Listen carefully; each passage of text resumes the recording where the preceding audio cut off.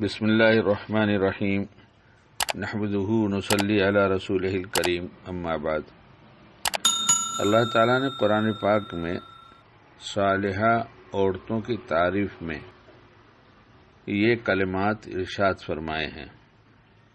فرماتے ہیں کہ وہ عورتیں اسلام والیاں، ایمان والیاں، فرما برداری کرنے والیاں، توبہ کرنے والیاں، عبادت کرنے والیاں، روزہ رکھنے والیاں ہیں۔ اس لیے عورت ایک مثالی بیوی کیسی ہوتی ہے، کیا کیا کرتی ہے، اس کے بارے میں کتاب میں بہت عمدہ بات لکھی ہے۔ چاہ رہا تھا کہ سناؤں، پڑھ کر جی خوش ہوا۔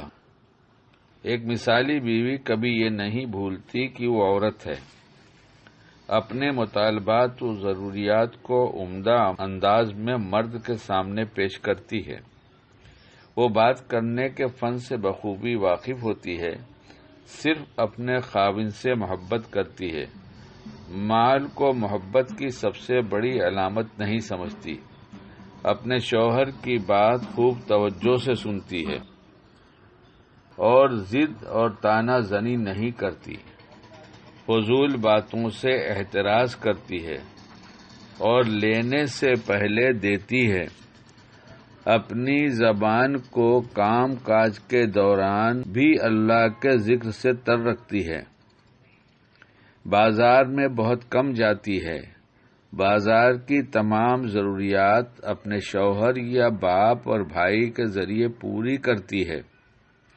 اپنے سسرال والوں سے اچھا تعلق رکھتی ہے۔ وہ امانت دار اور مخلص ہوتی ہے، دھوکہ باز اور احسان جتانے والی نہیں ہوتی، جان بوجھ کر مریض نہیں بنتی، زبان دراز اور شوہر کی نافرمان نہیں ہوتی، بے پرواہی سے کام نہیں کرتی، جھوٹ موٹ تنگی کا اظہار نہیں کرتی، جھوٹ موٹ بیمار نہیں ہوتی، گھریلو کام سے بیماری کے بہانے جان نہیں چھڑاتی، بلکہ گھر میں دوسری عورتوں سے بڑھ چڑھ کر گھریلو کام میں مدد کرتی ہے۔ یاد رکھیں کہ جھوٹ موٹ بیمار رہنے والی عورتیں جوانی میں ہی بیماری کا شکار ہو جایا کرتی ہیں اور پھر ان کی ساری زندگی ہائے ہائے میں ہی گزرتی ہے اور آخر کار وہ عورت خاوند اور اولاد کے لیے وبال جان بن جاتی ہے۔ حدیث میں جان بوجھ کر مریض بننے اور اپنے کو جان بوجھ کر مریض کہنے سے منع کیا گیا ہے۔ مثالی بیوی اپنی حکومت جمانے کے لیے جنگ و فساد نہیں کرتی، تکبر سے پاک اور اللہ کی تقسیم پر راضی، اور زینت اور آرائش کو اپنا نصب العین نہیں بناتی، اور اگر زینت کرتی بھی ہے، آرائش کرتی بھی ہے تو صرف شوہر ہی کے لیے کرتی ہے۔